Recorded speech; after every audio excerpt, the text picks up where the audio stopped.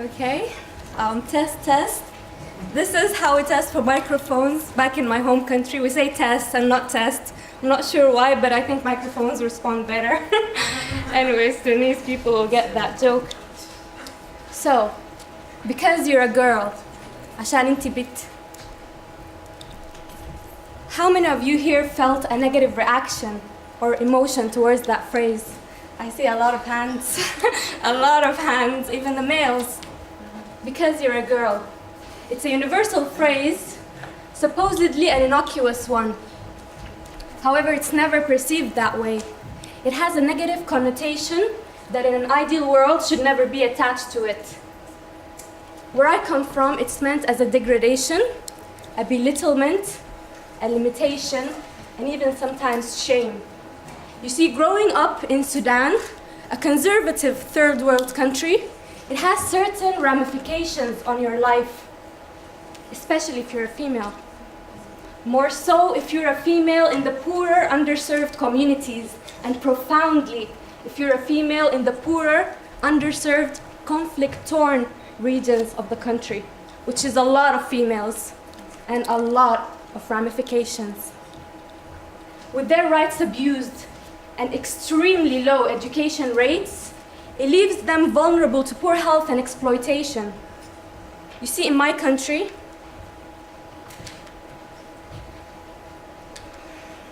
1 in every 3 girls gets married before the age of 18.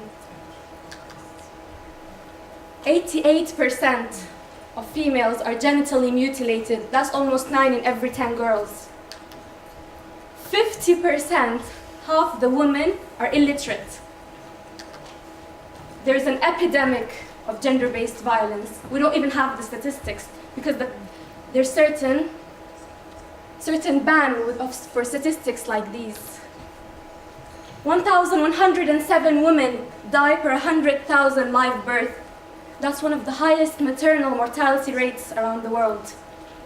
And that's just the tip of the iceberg. It's just the tip of the iceberg. You see, poverty and lack of education perpetuate a vicious cycle, leaving generations of women and girls entrapped in the same situations that their mothers and grandmothers faced before them. Needless to say, the timeline for a girl living in poverty and lack of education is drastically different from her counterpart in more favorable circumstances. The lack of opportunities provided for this girl contributes to her being viewed as a woman as early as 12 years old. Yes, a woman, 12 years old. Viewed as a burden both economically and socially. She faces the reality of being married by the age of 14 and well on her way to motherhood by 15. And if she survives childbirth, she's still at risk for disease and violence. Violence perpetuated or encountered by young mothers at the hands of their own husbands, or strangers if she's forced to sell her body to provide for her family. And because she's unable to provide for her daughter opportunities different than hers, the cycle continues and continues. Not the life you imagined for a 12-year-old girl, right? You see, it's because she's a girl. It's because she's a girl. Which is why I made it my mission to show the true value of a girl and the true meaning of the phrase, because you're a girl.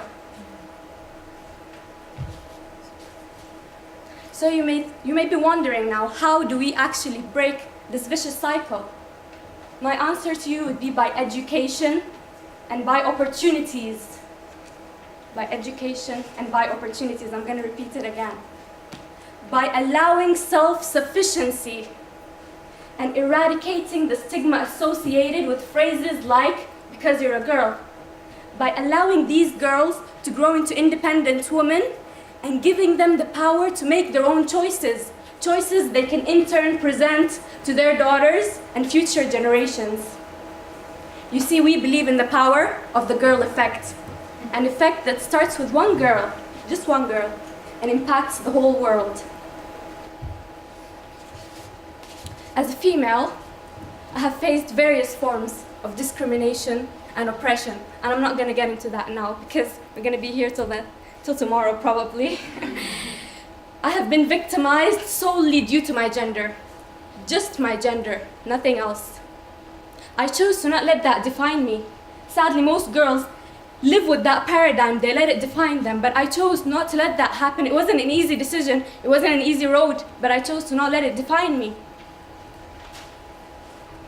I chose to challenge the status quo and fight for those with no voice. So my advocacy journey, let's go on a bit of a lighter tone. You all look depressed right now. My advocacy journey started when I joined the Standing Committee of Human Rights and Peace within the International Federation of Medical Students Association, where I focused on women's rights alongside my medical studies. So I initiated a project called the Women March Campaign. It's a very personal project to me. I like to call it the Mother Project, and you'll see why soon. I call it personally the Mother Project, not the Women March Campaign. So this project is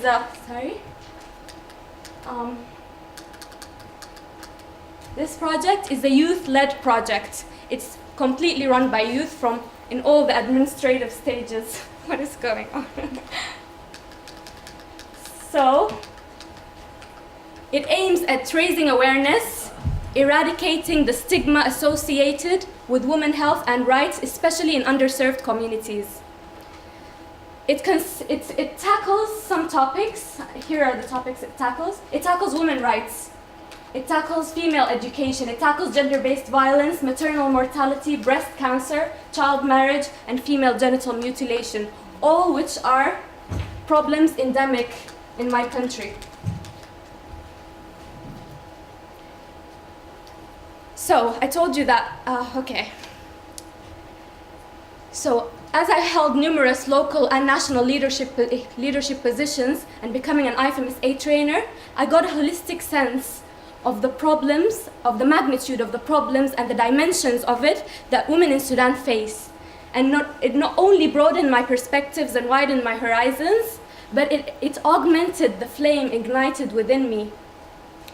So, I came to the realization that youth play a pivotal role in social change and rising of nations. So I began mobilizing youth through human rights and soft skills training to promote women's rights in Sudan through the youth themselves. So this is the Women March campaign and the topics it tackles. These are the mothers. The project consists of 2 phases. First phase is an educative phase, where we train medical students through very intensive workshops, forming a cadre that then raise awareness, all right? So this phase was completed and we reached over 100 medical students who are now experts in all these topics. The second phase is the community service phase right there, where these medical students tackle vulnerable populations like refugee camps, orphanages, schools, rural gatherings.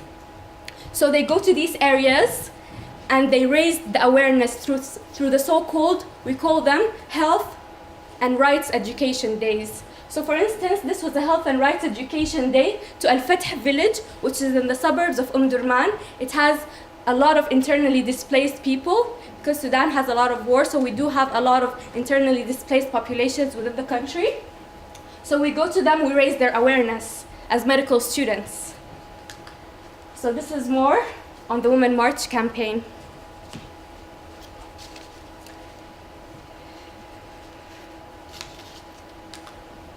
What makes these projects particularly effective and practical is that they're not only tailored according to age, but they're tailored by the community themselves. So we're able to effectively prioritize and we're able to effectively reach out as well as gain the community trust. So from the Women March campaign stemmed my daughter campaign. That was the mother campaign. This is the daughter campaign. It's called the Girl Child campaign with a similar concept, however tailored precisely for females below the age of 15 years old. The discriminations they face and promoting their education. The idea for this project came from a realization that young girls face discrimination from a very early age, which in turn dictate and shape their future, as well as as well as propagate further discrimination later in their life. Also, that these girls have challenges unique to them and should be tackled separately rather than incorporated into the bigger umbrella of the women empowerment approach. So in the Girl Child campaign, we reached over 1,500 girls, shaping their future and shaping their choices and shaping their awareness. The Women March campaign reached over 2,000 females, as I said previously.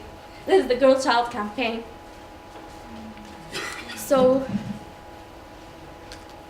Girl Child campaign. So,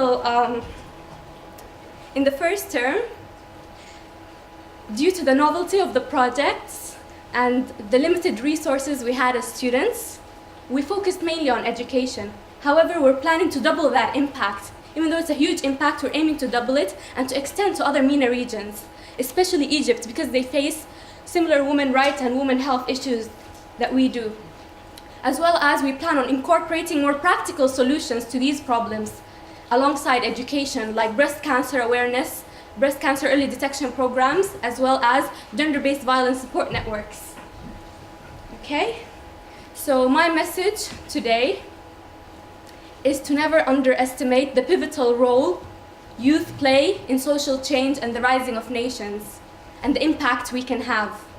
And I will never stop advocating for the full and effective participation of youth in all aspects of society and recognizing the contributions they make. So I hope my story showed the power and ripple effect that one individual has in pursuing a cause they believe in. And not just one individual, but one girl. Because I'm a girl with a spirit determined to make a difference. I have a final surprise for you, which was sent precisely for AMENDS. I hope it works, so... Work.